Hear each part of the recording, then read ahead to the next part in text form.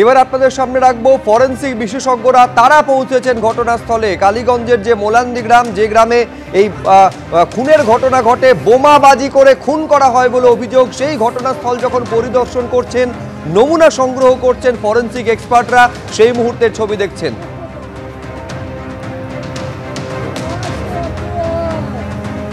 তখনও গণনা চলছিল। গণনা যখন চলছিল, তৃণমূল প্রার্থীর জয় নিশ্চিত হয়ে যাওয়ার পর তৃণমূল কংগ্রেসের বিজয় উল্লাস এবং সেইখান থেকে বোমাবাজি করা হয়। সেই বোমাবাজিতে মৃত্যু হয় তামান্না খাতুনের। ঘটনাস্থল যেখানে ঘটনা ঘটেছিল পরীক্ষা করে দেখছেন ফরেন্সিক বিশেষজ্ঞরা। মধ্যে ঘটনাস্থলে ফরেন্সিক বিশেষজ্ঞের দল তারা ঘটনাস্থল থেকে নমুনা সংগ্রহ করছেন।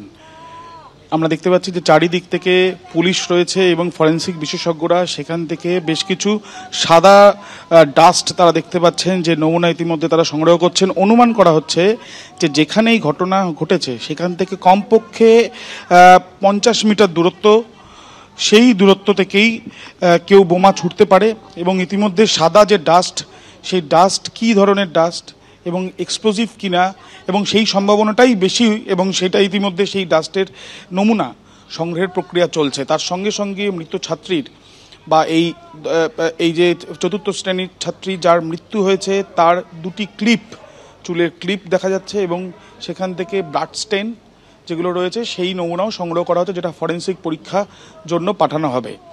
এই যে জায়গা, সেই জায়গা কোন ভৌগোলিক অবস্থানে রয়েছে, অর্থাৎ একদিকে বাড়ির সামনেই উঠোন, পাশেই জলের কল, এবং এখানে যখন এই ঘটনা ঘটে তখন আশেপাশে কটি রাস্তা রয়েছে যে রাস্তা দিয়ে অন্যত্র যাওয়া যায় সেই বিষয়টা দেখা হচ্ছে। প্রাথমিকভাবে একটি রাস্তাই দেখা যাচ্ছে যে রাস্তা দিয়ে কেউ আসতে পারে বা কেউ যেতে পারে এই বাড়িতে, অর্থাৎ পাশে যে দুটো জায়গা রয়েছে সেই জায়গাগুলো ফাঁকা ভ্যাকেন্ট অঞ্চল এবং সেইখান দিয়ে জঙ্গলের দিকে চলে যাওয়ার একটা সম্ভাবনা থেকে যাচ্ছে।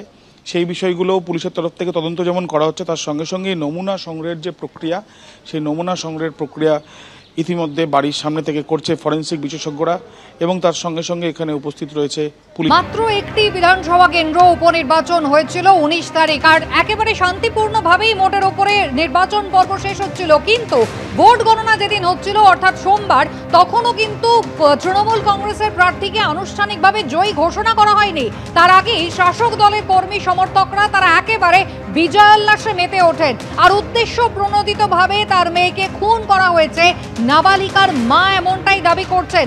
শুধুমাত্র তাদেরই যে আক্রমণ করা হয়েছে এমনটা নয়, একের পর এক যারা পড়শিরা ছিলেন তারাও কিন্তু ভয়ে বাড়ি থেকে পালানোর চেষ্টা করেন। বেছে বেছে সকেট বোমাই ফাটানো হয়েছে সিপিএম কর্মী সমর্থকদের বাড়ি লক্ষ্য করে তৃণমূলের বিরুদ্ধে, এমনটাই অভিযোগ তাদের। প্রতিবেশীরা আহত হয়েছেন, তাদের মধ্যেও বেশ কয়েকজন, তারাও সেই একই দাবি করেছেন। 48 ঘন্টা পেরিয়ে গিয়েছে, আর সেই 48 ঘন্টা পর এখনো কিন্তু গ্রেফতারির সংখ্যা মাত্র 5, যেখানে এফআইআর এ নাম রয়েছে 24 জনের।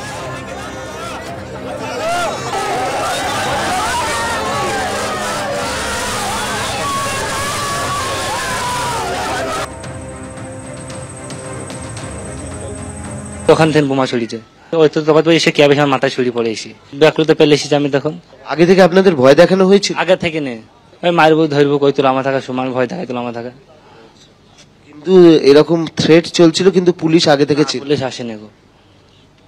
আপনারা পুলিশকে জানিয়েছিলেন যে ভয় দেখাচ্ছে গ্রামেতে? আগে থেকে থানাতে জানিয়েছি, পুলিশ কোনো গুরুত্ব দেয়নি আমাদের।